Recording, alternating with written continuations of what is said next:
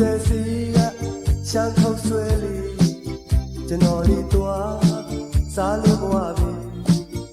ဟော်ရည်တဲ့ရှမ်းမလေးရောင်းနေဒီခုတ်ဆွဲကောင်းလို့စားရလား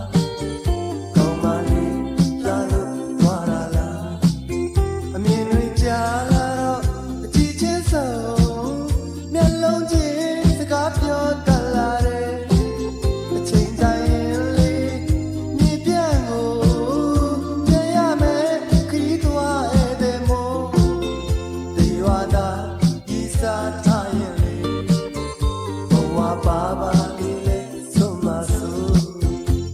ဆယ်လန်းက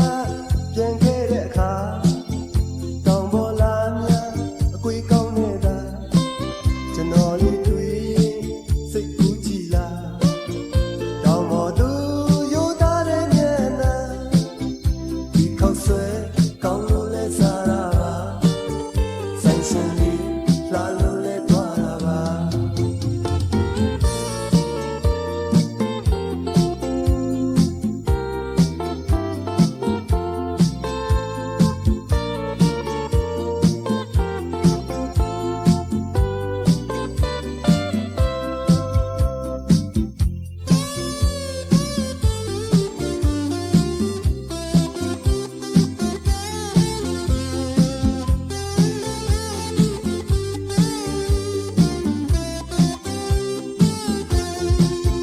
ဝေဒီခေါင်းမြမတဲ့မြေ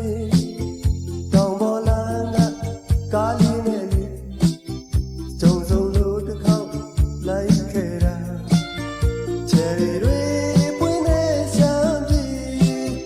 မူဆယ်လန်ကားလေးနဲ့လမ်းကလေးဒီလိုနဲ့ရောက်ခဲ့တဲ့ရှမ်းထာလေးဒီစင်ပါမို့မြို့နေမြဝေမူဆယ်စီရှမ်းခုတ်ဆွဲလေးကျွန်တော်လေးသွားစားလို့မဝပြီဟော်ရည်တဲ့ရှမ်းမလေးရောင်းနေ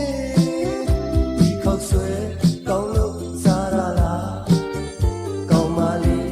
လာလို့သွားရလားအမြင်တွေကြားလာတော့အချစ်ချင်းဆုံးမျက်လုံးချင်းစကားပြောတတ်လာတယ်အချိန်တိုင်း